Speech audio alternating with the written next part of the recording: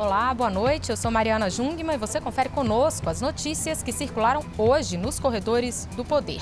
Operação Desdobramento da Lava Jato termina com a prisão do vice-governador de Minas Gerais e dos ex-executivos da JBS, Ricardo Saldi e Joesley Batista. E tudo o que aconteceu nesta semana no gabinete de transição do novo governo federal. Tudo isso você confere a partir de agora, aqui diretamente de Brasília, pela TV Brasil, pela Rádio Nacional e emissoras públicas de todo o país. Olha, hoje foi dia de mais um desdobramento da Operação Lava Jato, um desdobramento amplo que cumpriu aí mais de 60 mandados de prisão e 60 mandados de busca e apreensão e 19 de prisão. A gente vai falar sobre isso daqui a pouquinho. Mas antes, a gente vai acompanhar o que diz nesse momento o presidente Jair Bolsonaro, o presidente eleito Jair Bolsonaro, que faz uma live pela conta dele no Facebook. Se é que eu posso falar que é educação esse ministério que está aí. Não é isso não, tá certo? Quando o pai bota o filho para a escola, é porque ele quer que aprenda alguma coisa. Nós sabemos que a educação quem dá aos pais, a instrução é na escola. E queremos mudar isso, vamos ter força? Eu peço a Deus que tenha. Peço o apoio de vocês para nós mudarmos aí. Ninguém quer impor nada, mas queremos a normalidade. As viagens que eu fiz, né? Japão, Coreia do Sul, tive Israel, tive Estados Unidos, dei uma passagem com turista em Taiwan. A coisa é diferente. Então, assim, tem respeito, tem responsabilidade. Eu fui nas escolas, só de ver o semblante da garotada. Hoje mesmo, onde é que foi aí? O pessoal me ajuda aí. Prenderam um montão de gente. Desvio de merenda escolar. Olha só, a merenda fazendo história no Brasil. Roubando comida de criancinha de escola pública. Filho de pobre, pô. Não dá para continuar assim. Sérgio Moro vai pegar vocês. Vai bater olho, hein? Tá?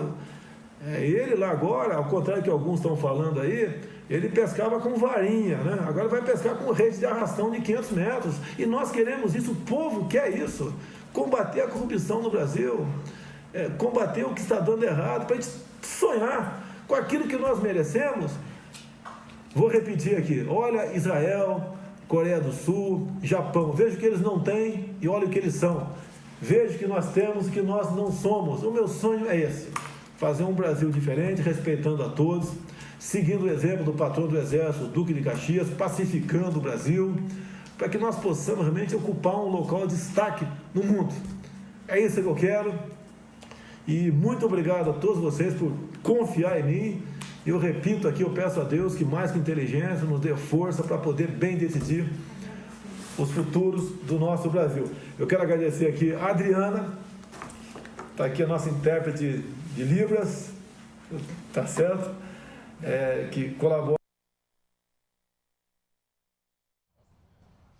Você viu aí o finalzinho, né, então, dessa live feita pelo presidente eleito Jair Bolsonaro, uma live que ele fez, começou hoje, agora há pouco, às 18 horas. Aliás, a gente pegou ali ele falando sobre esse desvio de verbas da educação. A gente vai falar sobre isso aqui hoje, vai falar também mais ainda hoje sobre o dia do presidente e as próximas agendas dele. Mas antes a gente vai retomar então aquele assunto que eu comecei falando sobre o desdobramento da Operação Lava Jato, que, como eu disse, cumpriu hoje mais de 60 mandados de busca e apreensão e 19 de prisão, inclusive entre esses mandados de prisão, 2 deles contra ex-ministros da Agricultura, um deles o vice-governador de Minas Gerais e também os ex-executivos da JBS, Ricardo Saldi e Joesley Batista. Os detalhes sobre tudo isso a gente vai ter em São Paulo, na nossa redação lá em São Paulo, com a Gabriela Santilo. Boa noite, Gabriela. Boa noite, Mariana. Boa noite a todos. A Polícia Federal deflagrou hoje, com o apoio da Receita Federal, a operação que foi chamada de Capitu. É um desdobramento da Lava Jato para desarticular uma organização criminosa que atuava na Câmara dos Deputados e no Ministério da Agricultura, Pecuária e Abastecimento. Em São Paulo foram presos o controlador do grupo JBS Friboi, Joesley Batista, além de Demilton de Castro e Ricardo Saldi, ex-executivos da JF. E em Belo Horizonte foi preso temporariamente o vice-governador mineiro Antônio Andrade, que foi ministro da Agricultura no período em que teriam acontecido os crimes. Foram expedidos outros 15 mandados de prisão, entre preventivas e temporárias, inclusive também do ex-deputado Eduardo Cunha, que já está preso há 2 anos, também pela Operação Lava Jato. No momento de uma dessas prisões, olha só, em Belo Horizonte, o advogado Matheus de Moura Lima Gomes, ao notar a aproximação de agentes da Polícia Federal, teria jogado cerca de R$3 mil no vaso sanitário para se livrar de uma possível prova. A PF também cumpriu 63 mandados de busca e apreensão em Minas Gerais, em São Paulo, Rio de Janeiro, Mato Grosso, Paraíba e no Distrito Federal. As investigações apontam para um esquema de doações ilegais de empresas para políticos e partidos entre 2014 e 2015. Agiu no esquema a JBS e 2 grandes redes de supermercados de Minas Gerais.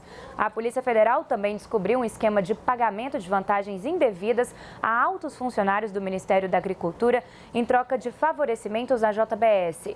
Esse inquérito se baseou em um depoimento do doleiro Lúcio Funaro, apontado como o operador do MDB.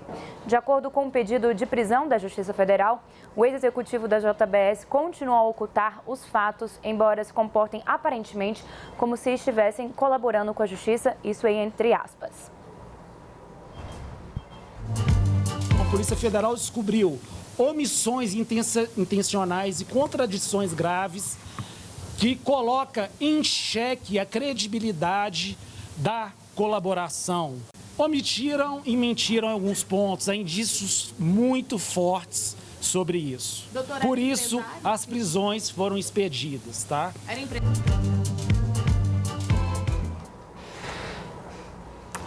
O advogado de Joesley Batista rebateu a necessidade da prisão e disse que o empresário já colaborava com a justiça. Eu volto com você, Mariana. Obrigada, Gabriela. E olha, a Caroline Lasno registrou, então, o que dizem, o que alegam os acusados. Vamos conferir. Em nota, a defesa do vice-governador de Minas Gerais, Antônio Andrade, disse que vai se manifestar assim que tomar conhecimento do conteúdo do inquérito. Acrescentou ainda que ele respondeu tudo o que lhe foi perguntado e colaborou com o trabalho da Polícia Federal. Já a defesa de Joesley Batista destacou que o empresário é colaborador da Justiça e tem cumprido à risca essa função e que, por isso, estranha o pedido de prisão, já que ele prestou mais de um depoimento na qualidade de colaborador desse inquérito e entregou inúmeros documentos de corroboração. E o advogado Pier Paolo Bottini afirmou que essa investigação só existe porque os executivos da JIF colaboraram com a Justiça. Segundo Bottini, Joesley Batista, Ricardo Saldi e Demilton Castro já depuseram cada um deles 3 vezes na Justiça e nunca se recusaram a colaborar. Por isso, eles esperam que a prisão seja revogada assim que forem esclarecidos os fatos. Bom, a gente lembra que ontem a gente também teve uma mega operação de combate à corrupção no Rio de Janeiro, um desdobramento da Operação Cadeia Velha, que acabou prendendo aí vários deputados estaduais no Rio e outros funcionários públicos. Bom, hoje a gente teve repercussão disso com a exoneração de algumas dessas pessoas que eram ali ligadas ao governo do estado. Bom, a Vanessa Leda, na nossa redação aqui em Brasília, conta pra gente quem foram essas pessoas exoneradas. Vanessa, boa noite. Oi, Mariana. Boa noite a todos. A exoneração do secretário Afonso Monerá foi publicada hoje no Diário Oficial do Estado do Rio de Janeiro. Ele foi um dos 22 presos na Operação Furna da Onça, um desdobramento da Lava Jato que investiga a participação de deputados estaduais em um esquema de corrupção, lavagem de dinheiro e loteamento de cargos em órgãos do Estado. A demissão foi determinada pelo governador Luiz Fernando Pezão, que, em nota, disse confiar na inocência de Monerá. O governador também exonerou outros 3 servidores estaduais presos nessa mesma operação: Carla Adriana Pereira, Shirley Aparecida da Silva e também o presidente do Detran do Rio, Leonardo Jacó. A Operação Furna da Onça, realizada nesta quinta-feira, revelou um esquema de compra e venda de votos na Assembleia Legislativa do Rio de Janeiro. De acordo com o Ministério Público Federal, parlamentares recebiam propina para favorecer o grupo chefiado pelo ex-governador Sérgio Cabral em votações na Assembleia. Esse esquema teria movimentado pelo menos 54 milhões de reais. O dinheiro da propina teria vindo de obras superfaturadas que usavam recursos estaduais e federais. Dos 22 presos na operação, 10 são deputados estaduais. E uma informação importante: como o presidente do Detran do Rio, Leonardo Jacó, foi preso nessa operação, o órgão parou de emitir documentos que dependem da assinatura eletrônica da presidência, como identidade e carteira de habilitação. De acordo com o governo do Rio, a diretora administrativa do Detran, Fernanda Curdi, vai assumir a presidência interinamente. E a emissão de documentos deve voltar ao normal na próxima segunda-feira. Mariana. Obrigada, Vanessa. Olha, a gente segue falando de operações de combate à corrupção, agora sim, falando dessa operação que acabou de ser citada aí pelo presidente eleito Jair Bolsonaro. Foi uma operação que ocorreu no Pará, onde um grupo desviava recursos do Fundo Nacional de Desenvolvimento da Educação. Na nossa redação em São Luís, no Maranhão, o repórter Roberto Fernandes tem os detalhes dessa operação pra gente. Boa noite, Roberto. Olá, Mariana. Boa noite. É mais uma operação da Polícia Federal, em conjunto com a Controladoria Geral da União e Receita Federal, para desarticular uma quadrilha suspeita de fraudar licitações para desviar recursos públicos. Dessa vez, envolveu 10 municípios do interior do Pará. Segundo a Polícia Federal, as empresas desse grupo vêm ganhando as licitações de forma fraudulenta nessas cidades desde 2013. Prometendo produtos e serviços que não eram entregues, geralmente não eram entregues às prefeituras. Esse esquema pode ter desviado cerca de 40 milhões de reais de áreas essenciais para a população, como do Sistema Único de Saúde e do Fundo de Manutenção da Educação Básica. Durante a investigação, foi possível identificar um relacionamento financeiro dessas empresas com os membros da organização, além de operações suspeitas como saque em espécie em valores altíssimos, além de transferência de recursos para contas de servidores desses municípios envolvidos. Durante a operação hoje, foram cumpridos 9 mandados de prisão e 30 de busca e apreensão, sendo 20 em residências e empresas envolvidas e mais 10 em prefeituras. Mariana. Obrigada, Roberto Fernandes. E olha, do Maranhão nós vamos então voltar à nossa redação em São Paulo, porque por lá também a gente teve aí hoje um desdobramento de operação de combate à corrupção, que acabou aí com a prisão, com a decretação da prisão do chefe do Porto de Santos, né, Gabriela? É isso, Mariana. A Justiça Federal decretou a prisão preventiva do presidente afastado da Companhia Docas do Estado de São Paulo, a Codesp, administradora do Porto de Santos, que é o maior terminal portuário do Hemisfério Sul. José Alex Botelho de Oliva e outros 6 investigados na operação estavam já presos, só que temporariamente, desde o dia 31 de outubro, quando a Operação Tritão foi deflagrada. O trabalho conjunto entre Polícia Federal, Ministério Público Federal, Controladoria Geral da União, TCU e Receita Federal investiga fraudes de licitações e contratos de serviços de informática, consultoria e dragagem da Codesp.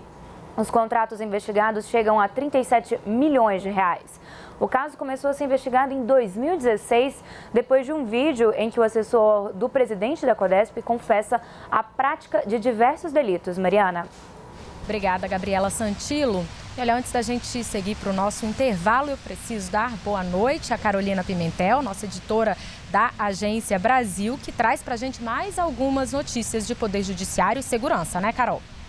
Isso mesmo, Mariana, uma boa noite para você, boa noite a todos. Começar falando o seguinte, que o ex-assessor Rodrigo Rocha Louro está liberado do uso de tornozeleira eletrônica. Essa liberação foi dada pelo Tribunal Regional Federal aqui em Brasília. Rocha Loures, que é ex-deputado e ex-assessor da Presidência da República. E em junho do ano passado, ele foi filmado recebendo uma mala com R$500 mil. Segundo o Ministério Público, o dinheiro seria destinado ao presidente Michel Temer, que desde essa época sempre nega esse fato. Algum tempo depois, Rodrigo Rocha Loures entregou a mala com o dinheiro à Polícia Federal. Agora, segundo o juiz Jaime Travasso Sarinho, Rodrigo Rocha Loures já cumpre as medidas cautelares há 1 ano e 4 meses e colaborou com as investigações.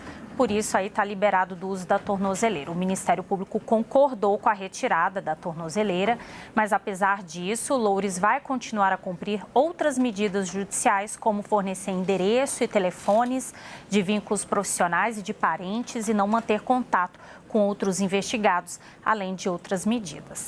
Ainda falando de justiça, o plenário do Supremo Tribunal Federal decidiu manter a pena de 4 anos e 6 meses em regime semiaberto, que foi aplicada ao senador Assir Gurgax. O senador foi condenado em fevereiro pela primeira turma do STF por crime contra o sistema financeiro nacional. O parlamentar foi considerado culpado por desviar a aplicação de um financiamento feito no Banco da Amazônia em 2003 e 2004. Os advogados alegavam uma inconsistência no cálculo da pena. Atualmente, Gurgax segue trabalhando no Senado durante o dia e dorme no complexo penitenciário da Papuda, aqui em Brasília. Mariana. Obrigada, Carolina Pimentel. No próximo bloco, a gente te conta como foi o dia hoje do presidente eleito, Jair Bolsonaro. E traz outras notícias dos corredores do poder para você. Daqui a pouquinho a gente já volta. Olá, eu sou Mariana Jungmann e você confere conosco as notícias que circularam hoje nos corredores do poder. A gente começa esse segundo bloco indo ao Rio de Janeiro, onde o presidente eleito Jair Bolsonaro teve hoje a agenda, cumpriu ali compromissos e o repórter Maurício de Almeida, que está lá na porta da casa dele, conta pra gente o que ele fez hoje. Boa noite, Maurício. Olá, Mariana, boa noite. Eu vou começar falando desse pronunciamento ao vivo que o Bolsonaro fez agora há pouco pelo Facebook. Nós até já mostramos um pouquinho ao vivo aqui no Corredores do Poder. Eu fiz uma listinha aqui dos principais trechos desse depoimento. Bolsonaro falou sobre a escolha dos ministros, fez um balanço e disse que está escolhendo apenas ministros de forma técnica, pessoas que conhecem o assunto, conhecem a área, não está recebendo indicações políticas. E disse que ficou muito satisfeito da ida agora do general Mourão, do general Heleno, para o Gabinete de Segurança Institucional. Ele falou que vai ser muito bom ter um conselheiro como o general Heleno ao lado dele no Palácio do Planalto. O presidente eleito também falou sobre a base de Alcântara. Diz que é muito importante reativar a base de Alcântara, porque o Brasil vai ganhar com tecnologia e também financeiramente com o lançamento de satélites que vão acontecer lá nessa base. Bolsonaro falou sobre turismo. Diz que é importante a abertura para o capital estrangeiro, redes de hotéis estrangeiras, somente de espanhóis, investirem aqui no Brasil. Em relação a isso, ele diz que é importante ocupar faixas do litoral que hoje não podem ser ocupadas devido à falta de licenças ambientais. Ele criticou essas licenças porque disse que o IBAMA acaba agindo de uma forma muito forte e impedindo o desenvolvimento de regiões do Brasil. O turismo poderia gerar emprego e renda para essas regiões. Em seu governo, ele diz que o IBAMA vai adotar uma nova postura. Sobre o aumento do judiciário, Bolsonaro criticou a imprensa que chegou a colocar na conta dele esse aumento. Ele disse que isso é responsabilidade agora do presidente Michel Temer. Quem votou foi o Senado tinha liberdade para votar e agora caberá ao presidente Michel Temer decidir se veta ou não o que foi aprovado no Senado. Bolsonaro não vai entrar nesse debate porque ele disse que ainda não é presidente. Ele falou também sobre a polêmica sobre a mudança da capital de Israel e disse que Israel tem o direito de decidir onde quer colocar a sua capital. E fez até uma comparação com o Brasil, que trocou a capital do Rio para Brasília. Bolsonaro também hoje, além de ter esse pronunciamento, foi cerca de meia hora mais ou menos que ele falou ao vivo pelo Facebook, ele voltou a ter reuniões aqui na casa onde mora, no Rio de Janeiro, na Barra da Tijuca. Ele recebeu o embaixador da Argentina e também uma missão diplomática da Alemanha. Na pauta, relações comerciais entre o Brasil e esses países. Bolsonaro disse que é muito importante manter esse relacionamento, que está aberto para ter relações com outros países, que isso vai incentivar a nossa economia. Depois, ele voltou a conversar com os eleitores e também com toda a população agora, já que todos nós vamos ser dirigidos por Bolsonaro, voltou a conversar pelas redes sociais. Ele publicou no Twitter a seguinte mensagem, que após as eleições, grandes empresas já anunciaram milhões de investimentos no Brasil nos próximos anos. Isso com esse relacionamento, principalmente com outros países que vai trazer capital estrangeiro aqui para o Brasil. Bolsonaro também utilizou as redes sociais para criticar uma polêmica que surgiu, que ele estaria apoiando o aumento da alíquota da Previdência para 22% e que o tempo máximo de contribuição seria de 40 anos para conseguir uma aposentadoria integral. Bolsonaro criticou, disse que isso é mentira. Ele disse que a seguinte frase: não são de nossa autoria, como tentam atribuir falsamente. Aqui no processamento do Facebook ele também criticou isso e disse que não vai mudar a Previdência dessa forma. Voltamos a Brasília, Mariana. Maurício, o presidente eleito mantendo aí, inclusive, esse padrão dele de se comunicar muito diretamente com a população por meio das redes sociais, pelo Twitter, como você citou, e por essa live de agora a pouco. E olha, Maurício, vocês ficam aí no Rio de Janeiro, né, fazendo plantão na porta da casa dele. Na semana que vem vão passar a bola pra gente aqui em Brasília, porque Jair Bolsonaro vai voltar a Brasília para retomar aí a agenda da transição. Ele chega na terça-feira bem cedo aqui à capital federal e tem uma extensa agenda já na terça-feira. Ele vai se reunir com os dois presidentes das duas casas do Congresso Nacional. Provavelmente vai tratar aí das possibilidades de votação da reforma da Previdência e de outros temas aí que sejam de interesse do futuro governo, que sejam ainda analisados pelo Congresso este ano, e também estreitar aí essas relações. Vai ter também agenda, uma audiência com a ministra Rosa Weber, presidente do Tribunal Superior Eleitoral, e com o ministro Brito Pereira, que é do gabinete da presidência do Tribunal Superior do Trabalho. Vai se encontrar também ainda na terça-feira em audiência com o ministro José Coelho Ferreira do Superior Tribunal Militar. Tudo isso só na terça-feira. Na quarta, ele tem aquela reunião que a gente já falou aqui nos Corredores do Poder, que está marcada com os 27 governadores eleitos para apresentar aí a agenda dele para o Pacto Federativo, né? Agenda que envolva aí os estados, e ouvir também desses governadores as agendas prioritárias para eles. Tudo isso aí na próxima semana aqui em Brasília. Bom, e aí a gente lembra então que Bolsonaro esteve aqui na última semana, e a gente vai até o Centro Cultural Banco do Brasil, onde funcionam aí as reuniões do gabinete de transição, falar com o repórter Paulo Leite, que vai nos lembrar aí então quais foram os principais fatos, né, Paulo Leite, dessa semana da transição aí. Boa noite. Oi, Mário, boa noite para você, boa noite para todo mundo. Um dia bastante tranquilo aqui hoje no Centro Cultural Banco do Brasil, como você disse, a sede, né, desse governo de transição. Movimento por aqui hoje basicamente dos técnicos que compõem os 10 grupos de trabalho que estão fazendo, portanto, essa transição. Como você também falou, Bolsonaro já está no Rio de Janeiro e volta aqui para Brasília na terça-feira da semana que vem para cumprir uma série de outros compromissos. Para lembrar, a gente já tem 6 ministros indicados por Jair Bolsonaro. O primeiro deles, General Augusto Heleno, que seria indicado para a Defesa e agora vai para o Gabinete de Segurança Institucional. O astronauta Marcos Pontes vai para Ciência e Tecnologia. O Nix Lorenzoni vai para a Casa Civil.